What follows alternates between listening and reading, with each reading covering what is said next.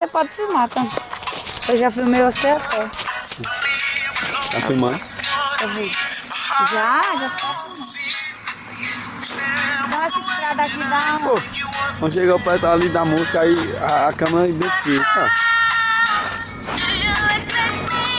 Não, eu tô filmando. Hoje até quadradinho tem, ó. Mas rapaz, paisagem. Ó, o nome aqui, paisagem, ó.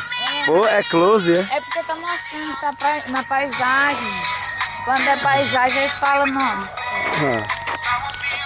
Ah não, Marcelo, eu quero uma câmera dessa. Manda a Sherry dessa câmera pra mim. Eu já ia tomar minha unha, vou te contar, boa mesmo. Essa é boa mesmo, essa é a primeira, não é boa não. Essa é primeira qualidade, deixa eu ver até que marca é.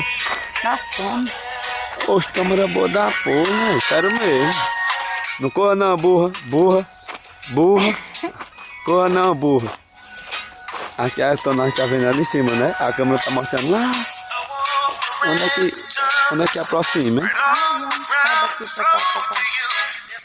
Tem um botãozinho aí, ó. Porra, imagem do caralho, Marcelo. Você ganhou um belo de um presente. Eu quero a Sherry dessa câmera aqui. Oh, e ela, sabe quanto que ela tá hoje? Hoje ela tá 800. Não é nem caro, né? Porra, velho. Ela faz LCD, aquela que sai assim rodando, sei lá. Essa aqui a imagem é ótima, a imagem LCD dela. não, é 3D. É 3D, a imagem é ótima.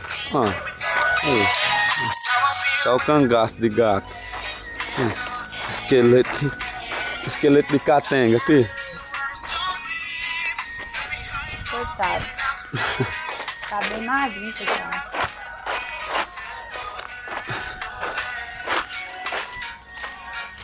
Realmente o sono é bravo. Oi? Realmente a caminhada foi brava. Amei. Ah, porra. Essa câmera é a primeira mesmo.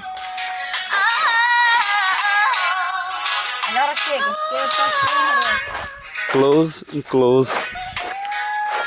Deixa eu mostrar pra você ver como é que seus unhos tá. Nós já estamos muito louco. Isso é só pra você ver o tanto de sono que você tá, meu filho. Tá achando o quê? Que é brinquedo? Não é brinquedo, não.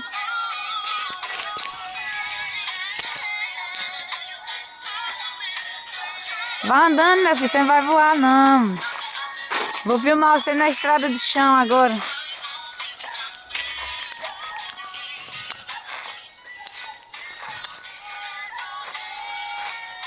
Será que vai sair aqui o barulho? Fundo musical. Vai, aqui.